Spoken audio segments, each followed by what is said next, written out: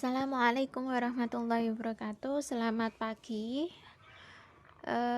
Hari ini kita akan belajar mengenai barisan geometri ya. Yang kemarin kita sudah belajar mengenai barisan aritmatika, yaitu barisan di mana antar suku satu dan suku selanjutnya itu bedanya memiliki selisih yang sama ya. Lalu apa itu barisan geometri ya? Langsung saja. Nah, coba kita perhatikan Mbak Li punya dua buah barisan, ya, dua buah barisan. Yang A 2, 4, 6, 8. 2 dan 4 itu selisih ya, selisih 2 ya. Berarti ini bedanya adalah 2. Bedanya itu adalah 2 ya. Bedanya adalah 2 ya. Berarti selisihnya 2, selisihnya 2, selisihnya 2. Barisan yang pertama ini disebut dengan barisan aritmatika ya. Lalu barisan yang kedua kita lihat. 2 dan 4 selisihnya 2. 4 dan 8 selisihnya berapa? 4. Oh, berarti ini bukan barisan aritmatika karena selisihnya tidak sama. Kita amati lagi. 2 dan 4 berarti kan 4 itu kan 2 kali 2. 8, 4 kali 2. Berarti ini dikali 2, 4 ke 8 dikali 2, 8 ke 16 dikali 2. Nah, jadi kalau yang pertama tadi selisih itu disebut barisan aritmatika. Kalau barisan geometri itu berarti memiliki rasio ya. Jadi rasio dalam bentuk perkalian ya. Jadi antara suku dan suku satu dan suku selanjutnya itu memiliki rasio perkalian gitu ya. Nah, itulah bedanya. Nah, selanjutnya jadi yang A ini, barisan yang A ini berubah karena operasi penjumlahan. Lalu barisan yang B ini berubah karena operasi perkalian gitu ya. Yang pertama ini disebut dengan barisan aritmatika, yang kedua ini disebut dengan barisan geometri. Bisa dibedakan ya. Kalau aritmatika itu selisih penjumlahan, kalau geometri itu perkalian, rasio ya. Jadi barisan geometri adalah suatu barisan bilangan yang setiap suku berikutnya diperoleh dengan mengalihkan suatu bilangan yang besarnya tetap ya. Jadi dengan mengalihkan bilangan tersebut disebut rasio atau perbandingan. Jadi bilangan yang digunakan untuk mengalihkan disebut dengan rasio atau perbandingan ya.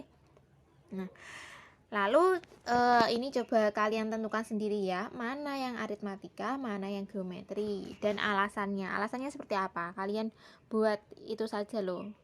Selisih atau rasio gitu ya. Memiliki selisih berapa, rasionya berapa gitu ya. Silakan diamati sendiri. Nah, ya. Selanjutnya, nah, untuk menentukan suku ke N dari barisan geometri, rumusnya adalah UN sama dengan A kali R pangkat N-1. UN-nya itu suku ke N, A-nya itu A-nya itu suku pertama, R-nya itu rasio. Rasio itu diperoleh dari U2 per U1. Kalau di barisan aritmatika rasionya itu U2 kurangi U1. Kalau di di barisan geometri itu rasionya adalah U2 dibagi U1 dan seterusnya gitu ya. Jadi dari sini kita peroleh bahwa U1 itu A R 1 kurangi 1. A kali R pangkat 1 kurangi 1 berarti AR pangkat 0. R pangkat 0 untuk 1 adalah A. U2 berarti AR pangkat 1 adalah AR. U3 berarti AR pangkat 2. U4 AR pangkat 3. U5 AR pangkat 4. Dan seterusnya sampai AR pangkat berapa gitu ya. Caranya seperti itu. Kemudian berikut kita bahas contoh soal. Nomor 1, tentukan suku pertama, rasio, rumus suku ke-N dan suku ke-8 dari barisan 128, 32,8. Nah, ini kalau soalnya contoh berarti sudah jelas ya, ini geometri ya. Tapi kalau misalkan nanti di soal ulangan atau tes ya, kalian harus amati dulu apakah ini geometri, apakah ini aritmatika. Kalau aritmatika berarti kita gunakan rumus sebelumnya ya. Kalau geometri baru gunakan rumus UN-nya geometri. Suku pertamanya 128, rasionya berapa? Rasio berarti U2 32 per 128, berarti rasionya adalah 1 per 4. Rumus suku KN dari barisan geometri adalah UN sama dengan AR pangkat N-1. Berarti A-nya 128 seperempat N-1. Ingat ya, 128 dan seperempat tidak bisa dikalikan karena ini bentuk perpangkat ya.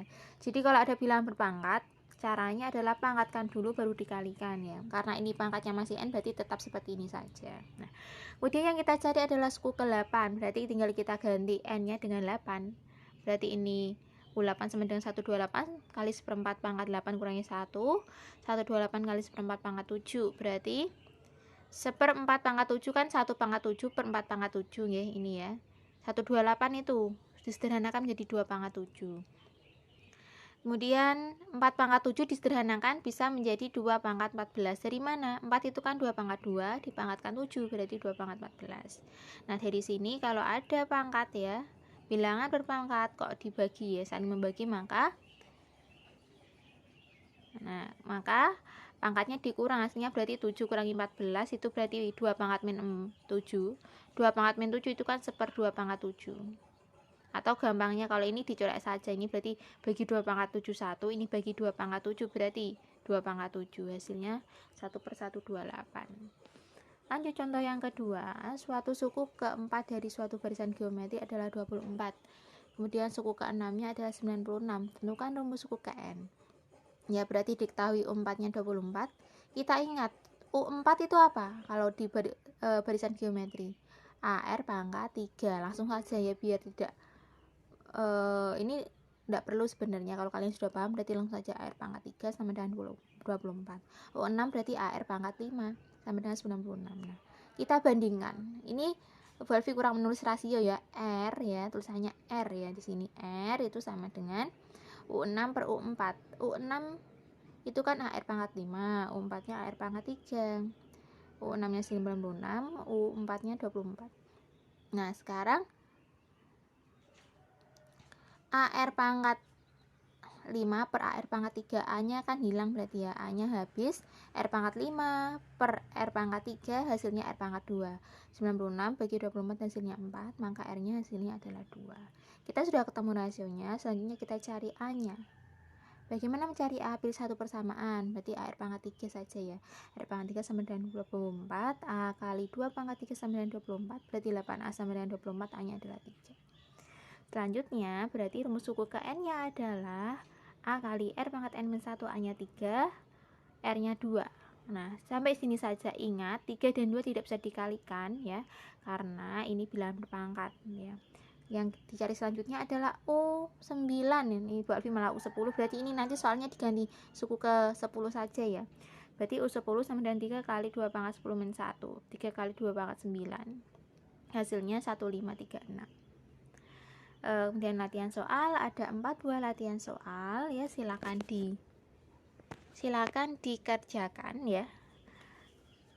Nanti Bu Alfi akan panggil beberapa yang mengerjakan ya, tidak perlu dikumpulkan dulu di classroom, karena setelah bab ini selesai nanti Bu Alfi akan langsung ada kuis 1, kemudian ada ulangan. Jadi kuis dan ulangannya di belakang ya tugasnya gitu ya. Selamat belajar. Kemudian menginformasikan bahwa tanggal 23 November kita sudah PAS, jadi kita masih punya sekitar 3-4 pertemuan ya, 3-4 pertemuan, nanti 2 pertemuan untuk materi, 2 pertemuan lagi untuk ulangan dan kuis. Selamat belajar, semoga